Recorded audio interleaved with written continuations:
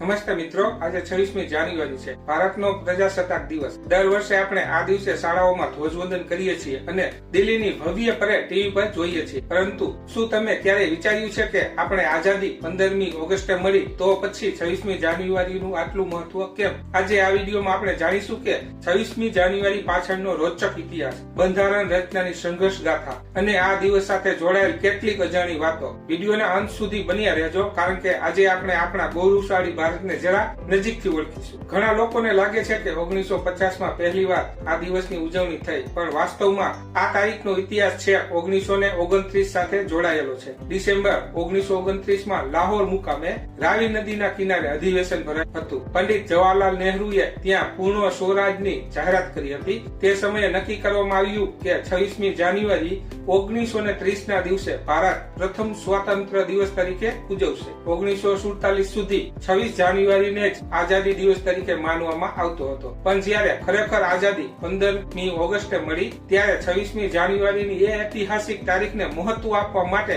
તેને પ્રજાસત્તાક દિવસ તરીકે પસંદ કરવામાં આવી। મિત્રો, આપણને આઝાદી 15મી ઓગસ્ટ 1947ના દિવસે મળી, પણ શું તમે ક્યારે વિચાર્યું છે કે બંધારણ અમલમાં લાવવા માટે 26મી જાન્યુઆરીની તારીખ કેમ પસંદ કરવામાં આવી? કેમ નવેમ્બરમાં બંધારણ તૈયાર હોવા છતાં 2 મહિના રાહ જોવામાં આવી? આનું કારણ છે 26મી જાન્યુઆરી 1930નો એ ઐતિહાસિક દિવસ। 1929માં લાહોર મુકામે રાવી નદીના કિનારે ભારતીય રાષ્ટ્રીય કોંગ્રેસનું અધિવેશન ભરાયું હતું, જેના અધ્યક્ષ પંડિત જવાહરલાલ નહેરુ હતા। આ અધિવેશનમાં પહેલીવાર અંગ્રેજો સામે પૂર્ણ સ્વરાજ એટલે કે સંપૂર્ણ આઝાદીનો ઠરાવ પસાર કરવામાં આવ્યો। તે પહેલા આપણે માત્ર ડોમિનિયન સ્ટેટ એટલે કે બ્રિટિશ છત્રછાયા હેઠળ સ્વાયત્તતા માંગતા હતા, પણ અહીંથી લડાઈ આરપારની બની। કોંગ્રેસે તે સમયે જાહેરાત કરી કે આગામી 26મી જાન્યુઆરી 1930ના દિવસને આખું ભારત પ્રથમ સ્વાતંત્ર્ય દિવસ તરીકે ઉજવશે અને ખરેખર એ દિવસે દેશભરમાં તિરંગો લહેરાવીને આઝાદીના શપથ લેવાયા હતા।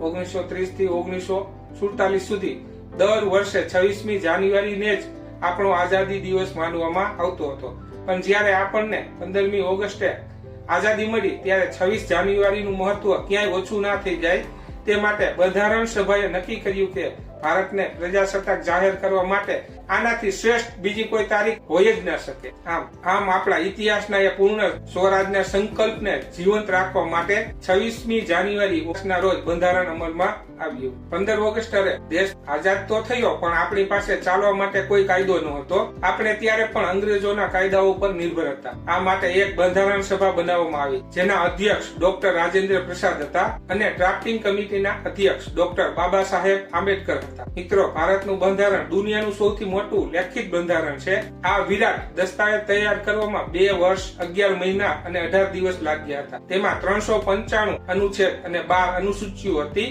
26 નવેમ્બર 1949 ના રોજ બંધારણ તૈયાર થઈ ગયું હતું, પણ તેનો અમલ 26મી જાન્યુઆરી 1950 થી કરવામાં આવ્યો, જેથી ભારત સાચા અર્થમાં લોકશાહી દેશ બન્યો। આજે જ્યારે આપણે ટીવી પર દિલ્હીના કર્તવ્ય પથ પર પરેડ જોઈએ છીએ ત્યારે રૂવાડા ઉભા થઈ જાય છે। પણ શું તમે જાણો છો, સ્વતંત્રતા દિવસે લાલ કિલ્લા પર ફ્લેગ હોસ્ટિંગ જ્યારે 26મી જાન્યુઆરીએ ફ્લેગ અનફર્લિંગ કરવામાં આવે છે। આ દિવસે ભારતની શક્તિ અને સંસ્કૃતિનો સંગમ જોવા મળે છે। સુખોઈ વિમાનોની ગર્જના અને બ્રેવરી એવોર્ડ મેળવતા બાળકો આપણને પ્રેરણા આપે છે, તથા અલગ અલગ રાજ્યની સંસ્કૃતિની ઝાંખીઓ જોવા મળે છે। એ એક લહાવો છે। આ માત્ર પ્રદર્શન નથી, પણ એ વાતની સાબિતી છે કે ભારત દરેક ક્ષેત્રમાં કેટલું મજબૂત બની રહ્યું છે। મિત્રો, પ્રજાસત્તાકનો અર્થ છે પ્રજાની સત્તા, એટલે કે આ દેશના માલિક આપણે નાગરિકો છીએ। બંધારણે આપણને જે મૂળભૂત અધિકારો આપ્યા છે તેની સાથે કેટલીક મૂળભૂત ફરજો પણ આપી છે। દેશપ્રેમ એટલે માત્ર 26મી જાન્યુઆરીએ સ્ટેટસ મૂકવા કે ગીતો વગાડવા નહીં, પણ ટ્રાફિકના નિયમો પાળવા, કચરો ગમે ત્યાં ન ફેંકવો અને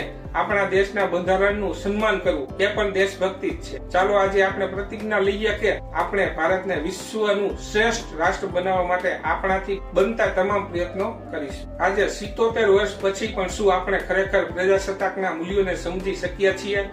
બંધારણે આપણને હક તો આપ્યા, જેમ કે બોલવાનો હક, શિક્ષણનો હક, પણ આપણી ફરજોનું શું? યાદ રાખો મિત્રો, આ આઝાદી અને આ બંધારણ આપણને ભેટમાં નથી મળ્યા, પરંતુ અનેક ક્રાંતિકારીઓના બલિદાન અને વિદ્વાનોની મહેનતના પરિણામ છે. ચાલો આ 26મી જાન્યુઆરીએ માત્ર ફ્લેગ હોસ્ટિંગ જ નહીં, પણ ભારતના બંધારણને માન આપવાના અને એક સાચા નાગરિક બનવાના શપથ લઈએ. કારણ કે જ્યારે આપણે બદલીશું ત્યારે જ દેશ બદલશે. જો તમને આજનો આ ઇતિહાસ અને 26મી જાન્યુઆરીની માહિતી ગમી હોય તો આ વિડીયોને દરેક ભારતીય સુધી પહોંચાડજો. વિડીયોને લાઈક કરજો. આવી જ કાયદાકીય તેમજ ઐતિહાસિક માહિતી માટે આપણી ચેનલને સબસ્ક્રાઇબ કરવાનું ભૂલતા નહીં. આવતા વિડીયોમાં ફરી મળીશું. ત્યાં સુધી ગર્વથી કહો વંદે માતરમ. બંધારણ આપને હક આપે છે, પણ નાગરિકતા આપણને જવાબદારી આપે છે. હક ભોગવવો પણ જવાબદારી ચૂકશો નહીં. આપ સૌને ફરીથી એકવાર પ્રજાસત્તાક દિવસની ખૂબ ખૂબ શુભેચ્છાઓ. ભારત માતા કી જય.